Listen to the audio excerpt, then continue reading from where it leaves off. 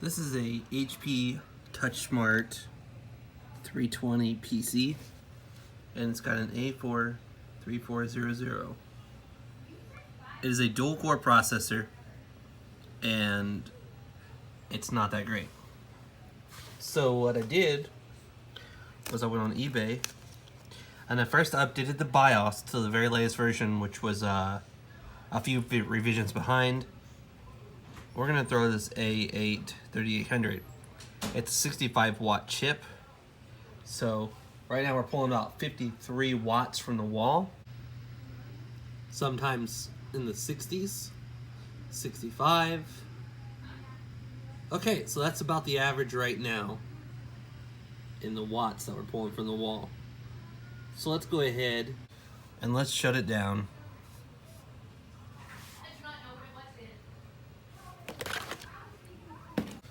Undo the power. This is my double sticky side tape with the SSD in there.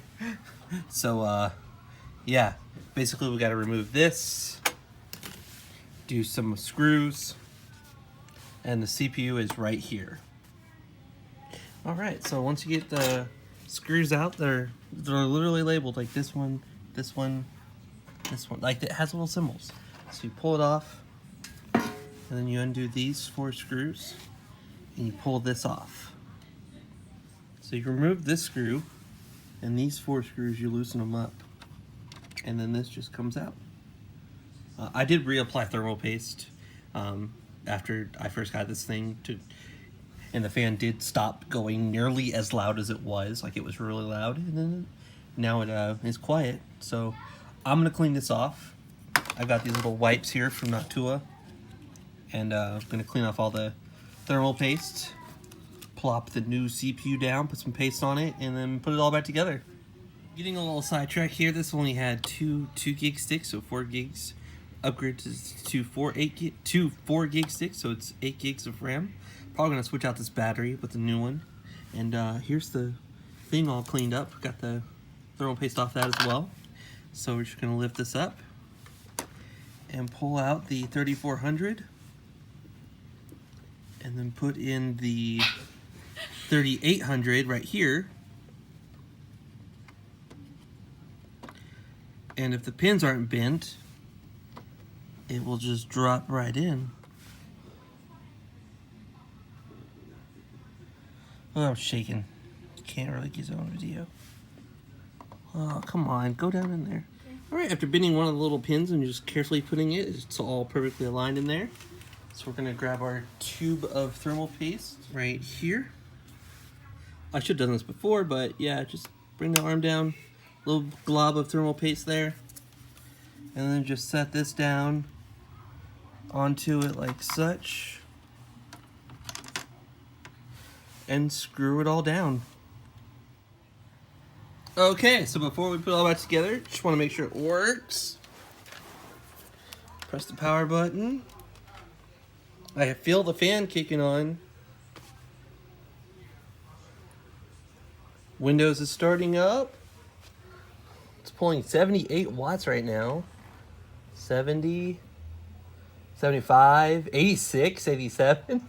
Definitely more powerful, hungry CPU there. So it's booting, which is a good sign.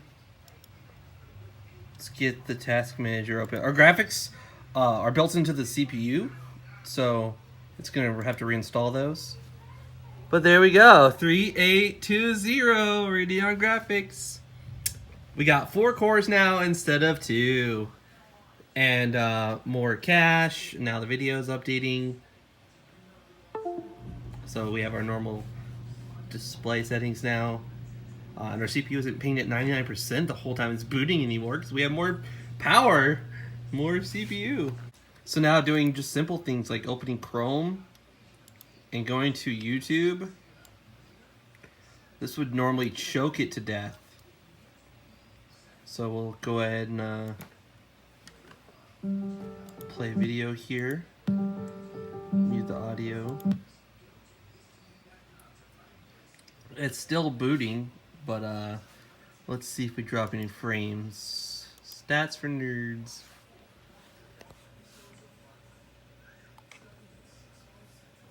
Frames. Where do I see drop? 0 dropped. Okay, cool. Very cool. And a CPU, it's got to even out because it's starting up, you know, like it first booted. So that's awesome. This would ping at 100% earlier, and we would drop a ton of frames.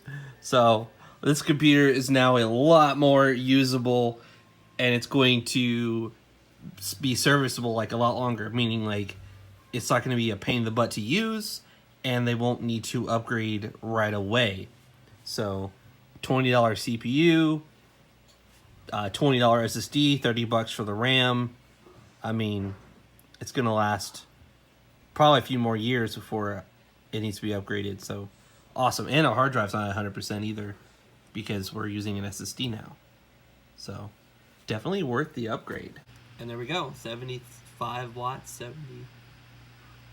Yeah, so it's gonna draw a little bit more power, but it's gonna be a whole lot faster. This is awesome. This is great. HP TouchSmart 320. Touchscreen works, audio works, everything works. And we have a quad core in here now. We have the best quad core that you can buy that would work with a 65 watt rating. The 100 watt ones won't work. And I just updated the BIOS. I had to download the thing using Windows 7, burn it to a disk, boot into this DOS mode thing, and it flashed the new BIOS. So awesome. That's all I have in this video.